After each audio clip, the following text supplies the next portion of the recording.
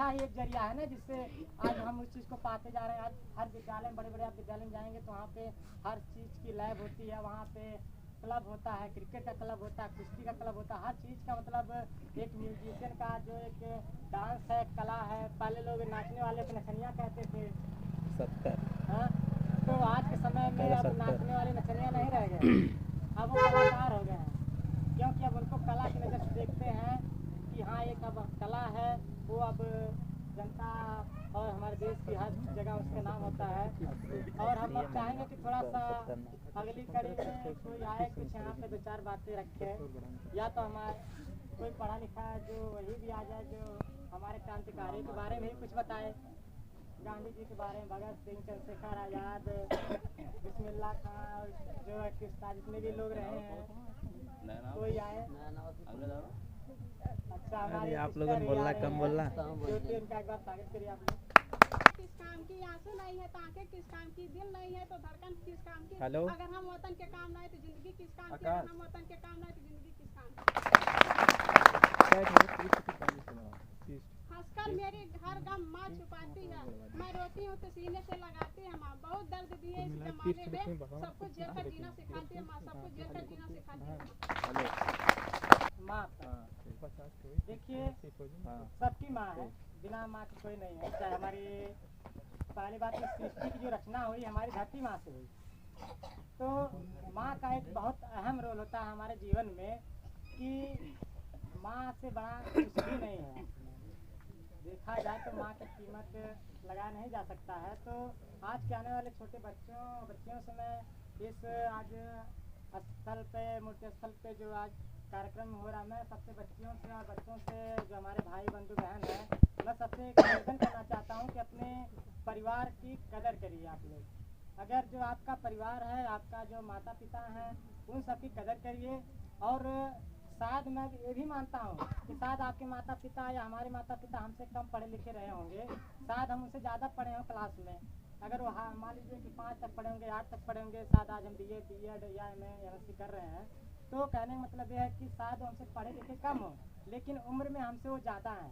कहीं न कहीं उनके पास अनुभव ज़्यादा है, जो इस समाज को लेकर या इस हमारे जो रीति रिवाज हैं, तो सामाजिक चीज़ें उन लोगों के पास ज़्यादा है, उनके पास अनुभव बहुत ज़्यादा है। इसलिए मैं सभी छोटे अपने भाई बहनों से सबसे कहना चाहूँगा कि अपने माता पिता का और अपने परिवार की कदर कीजिए और सबको सम्मान दीजिए। देखिए, एक दिन ऐसा समय आता है ना, जैसे आज सभी के पास कोई गरीब है, कोई अमीर है, किसी के पास कुछ है, किसी के पास कुछ नहीं है, लेकिन एक क्षण एक ऐसा एक दिन आ जाता है हम सबके बीच में, आने वाले समय हम लोग बीच में आए, लेकिन इस दिन ऐसा लगेगा ना कि जैसे दुनिया में कुछ है ही नहीं है, कुछ भी नहीं है। जब उस दिन आपको एहसास होगा ये दुनिया में कुछ है ही नहीं है, मुझे तो कुछ भी प्यारा नहीं है। जो आज आपके माता पिता जितने भी सारे लोग हैं जो आपको बहुत प्यारा लग रहा है ना, एक दिन का समय आएगा वो सब एकदम बेकार लगेगा। आपको बस यही लगेगा कि भगवान मुझे यहाँ से, ये प्रकृति मुझे यहाँ से उठा ले, कोई मतलब नहीं रह गया, हमारा कोई नहीं है, भाई नहीं है, पिता नहीं, ये नहीं है।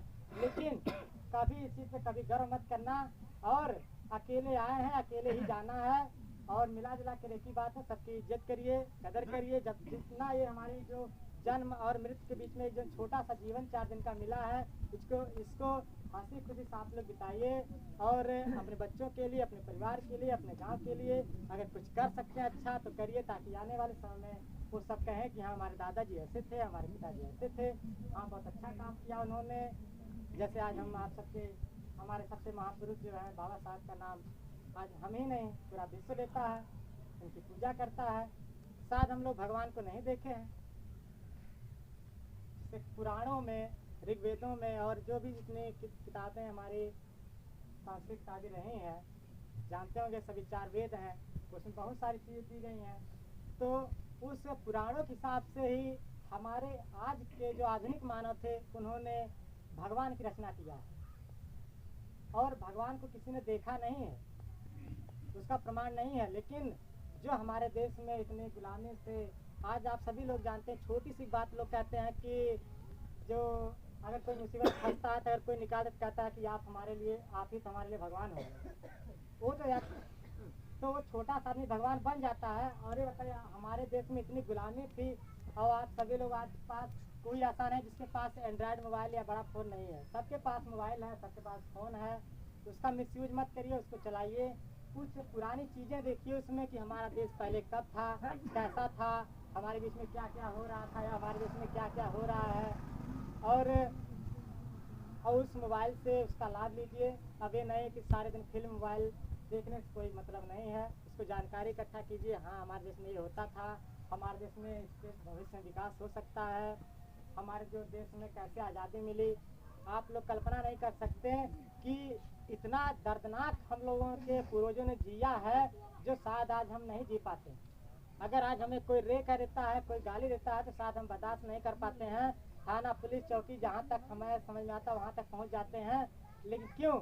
वो आज इनकी देन है। हमारे देश में जो क्रांतिकारी हमारे देश को आज़ाद कराए हैं, आज उनके सब बनाए हुए संविधान की देन से आज हम ये सब इतनी ताकत रखते हैं कि हम आपके खिलाफ वहाँ जाएंगे, अपने शोषण के विरुद्ध आपके ऊपर कार्रवाई करेंगे या हम अपने अधिकार को मांगेंगे। सिर्फ शिक्षा की वजह से नहीं था। जब हमारा ये देश आज़ाद नहीं हुआ था तो हमारे ऊपर इतने दर्दनाक हादसा हुआ है, बहुत ऐसी घटनाएं हुई हैं हमारे बीच में जिसे बताना मुश्किल है। लेकिन लोगों ने सहा है उसको, हमारे पूर्वजों ने सह के अब कैसे कैसे हम लोग बच के यहाँ तक आए हैं। जब एक बार मैं छोटी सी थोड़ा सा मैं इंतजार कर रहा हूँ, मैं पिछली बातें थोड़ा लंबा खींच रहा हूँ, आप लोग बीच में मैं ख़त्म कर देता। थोड़ा समोसा लाने लोग गया, थोड़ा सा बहुत पहले की बात पे आ जाता हूँ कि जब हमारे ब्रह्मांड की रचना हुई थी, जब हमारे ब्रह्मांड जो हम कहते हैं ना, जो हमारे विश्व, जो हमारा जो महापुराण सब दिखाया गया, जैसे ओम नमः शिवाय हुआ या और कोई विष्णु पुराण हुआ, ये सब जितने भी पुराण पहले दिखाया गया है उसमें दिखाया जाता है कि ब्रह्मांड हमारा बहुत बड़ा है। तो ब्रह्मांड एक बहुत बड़ा है, आजकल वैज्ञानिक इसकी शोध कर रहे हैं लेकिन अभी पता नहीं है। तो ब्रह्मांड का एक बहुत छोटा सा हिस्सा जो था आँख का गोला था, जब वो टूटा तो उसमें से सौरमंडल बना, उसके पीछे बहुत सारे आकाश गंगा बना जो पर्दा लिखता है, जो शायद भूगोल पढ़ता होगा अच्छी तरह जानते होंगे। तो उसके बाद सौरमंडल बना, सौरमंडल बहुत बरसों बाद ठंडा हुआ, उसका जो गैसीय पिंड था हल्का हुआ, फिर उसका ठंडा होते होते वो क्या हुआ कि उसमें से वो भी टूटा, तो उसमें से हमारी पृथ्वी बनी, तो पृथ्वी पे जीवन आया। अब बहुत एक चर्चित नाम है जीव का, जिन सभी आप लोग जानते हैं लेकिन देखा कोई नहीं, जिसका नाम है डायनासोर।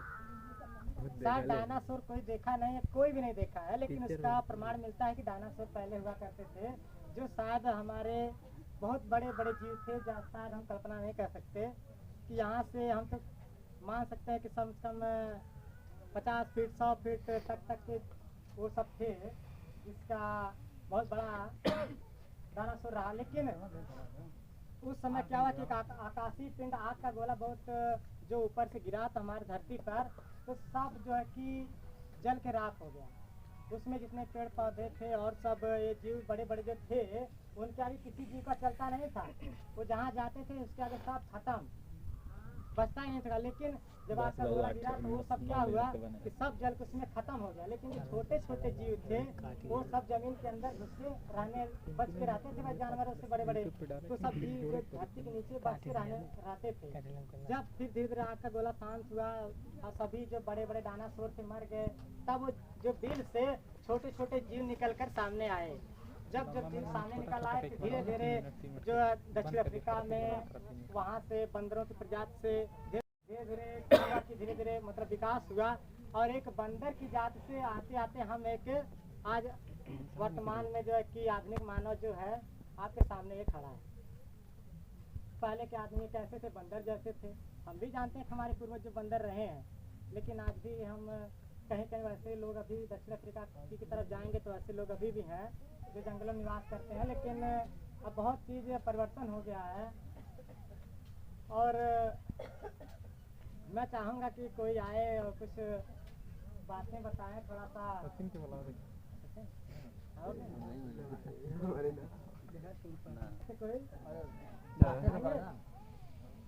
आइए आप चंदन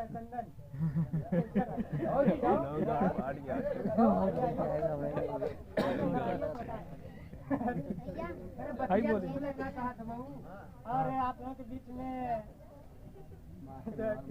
ये लड़की का नाम है?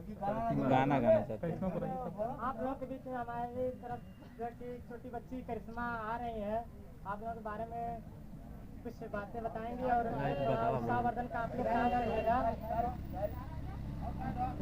और एक बार इनके लिए जोरदार तालियां हो जाए करिश्मा के लिए।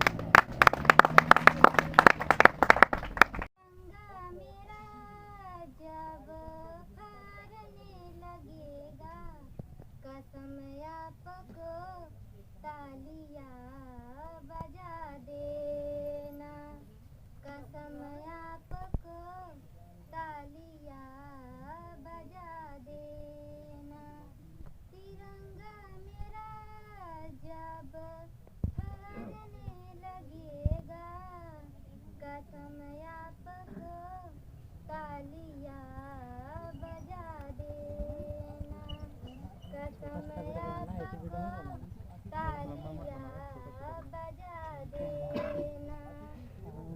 चावल में जब दूध पड़ जाए, चावल में जब दूध पड़ जाए तो खीर बन जाती है। भीमराव अंबेडकर जैसे कोई जन्म लेता है तो हम लोग जैसे तकदीर बदल जाती है। तिरंगे से मेरे गुलाबों लास्ट में 34 लास्ट में 34 चूरा का गजरा बना लीजिए, कसम आपको तालियां बजा देना। मरना है तो मरो वतन के लिए, लड़कियों में क्या रखा है, मरना है तो मरो वतन के लिए, लड़कियों में क्या रखा है, लड़कियों ने दुपट्टा उतार के दे देगी तेरी कफन के।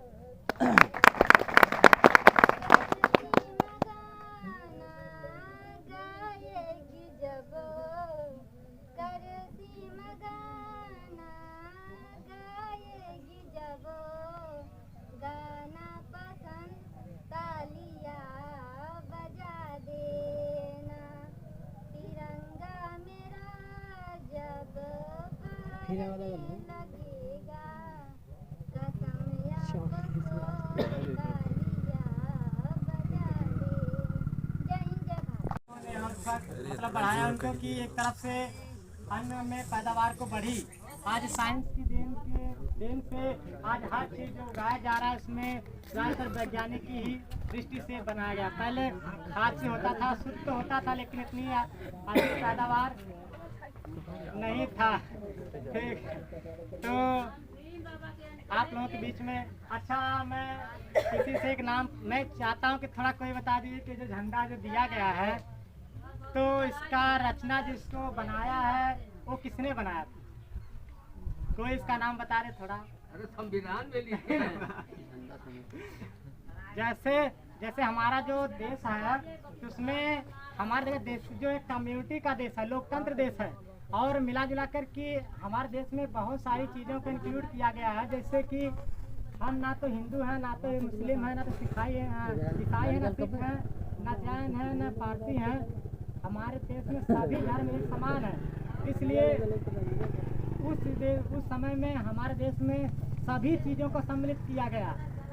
जैसे सम्राट अशोक जो वाराणसी में बना हुआ अशोक स्तंभ है उसको लिया गया। आज हम जो अपने तारीख की काउंटिंग करते हैं ईसवी सन से, वो ईसा मसीह के डेट ऑफ बर्थ से लिया गया है, उससे काउंटिंग करते हैं। कहने मतलब है कि सारी चीज़ें मिलाकर हमारे देश में सब कुछ चलता है। तो मैं समझ थोड़ा कोई नाम बता दे, किसी को याद है जिसने झंडा का रचना किया है? किसी को याद है? किसी को नहीं याद आ रहा है? सही जवाब, शांति जी ने बहुत अच्छा जवाब दिया। पिंगली वेंकैया जी ने इसका रचना किया था। जैसे इसके पहले भी झंडा था हमारे बीच में, लेकिन उसमें क्या था बनाया गया था, चरखा दिया गया था, चरखा बनाया गया था। लेकिन बाद में जब हमारा देश आज़ाद हुआ तो 24 जनवरी के दिन इसको अपने एक्सेप्टेड किया गया, स्वीकार किया गया। तो मैं अब अगली कड़ी में बुलाना चाहूँगा कि उजाला है, अपनी बात को थोड़ा तुरंत अब छोड़ ही दे रहा हूँ। और एक बात मैं कहना चाहता हूँ, देखिए ये जो कार्यक्रम सब रखा गया है जो हमसे बना है, आप लोगों के बीच में हम लोग करते हैं और आगे भी करेंगे। और आज जैसे आप सभी अच्छी तरह से जानते हैं कि आज हमारे बीच में सभी लोग रुचि लेते हैं, जैसे पहले नहीं था। पहले देखिए, पहले के समय में हम अकेले काम करते थे। जब हमारी यूनिटी बनी तो हम केवल थे, फिर आप लोगों को सपोर्ट किया, फिर धीरे धीरे प्रधान जी ने सपोर्ट किया, और फिर अब धीरे धीरे हमारे पास महाप्रधान और सब लोग भी अब आपने बीच में देखा सेक्रेटरी साहब ने भी जो है कि सपोर्ट करने का जो है कि आपकी बात बीच में बातें कह कर गए। तो कहने मतलब है कि हमारा सपोर्ट अब बढ़ता जा रहा है, धीरे धीरे सभी लोग रुचि लेते हैं इस बाबा साहब की मूर्ति के यहाँ जो भी कार्यक्रम होता है। तो एक चीज़ और यहाँ पे हम इकट्ठा, एक चीज़ कि हम लोग यहाँ पे इकट्ठा होते हैं सिर्फ इसलिए कि यहाँ पे एक भाईचारे का माहौल बने। बाकी तो सभी लोग जिसको जो करना है वो करेगा, कोई रोकेगा नहीं, लेकिन एक भाईचारे का माहौल बनता है कि काम हो जाते हैं, कुछ बातें हो जाती हैं, फिर अपने अपने काम करना होता है। और आगे समय में और आगे अप्रैल वाला बाबा है, अप्रैल का जो कार्यक्रम हर साल हो रहा है, अगर उसमें आप लोगों की सहमति हो, अगर आप लोगों का आशीर्वाद मिलेगा तो हम लोग जैसे करते थे वैसे करेंगे। इसलिए मैं थोड़ा सा आपसे समझना करता हूँ कि आप लोग थोड़ा हमें इस चीज़ को बताइए कि 14 अप्रैल का कार्यक्रम जो जैसे हो रहा था वैसे किया जाए या कुछ और किसी में इधर किया जाए। जैसे बाबा साहब का जो कार्यक्रम मनाया जाता है तो हम जो वही पूछ रहे हैं, अगर आप लोगों का आशीर्वाद अगर मिले तो जैसे हम लोग मनाते थे वैसे मनाएंगे। अगर आप लोग अगर नहीं इच्छुक हैं तो भी बता दीजिए।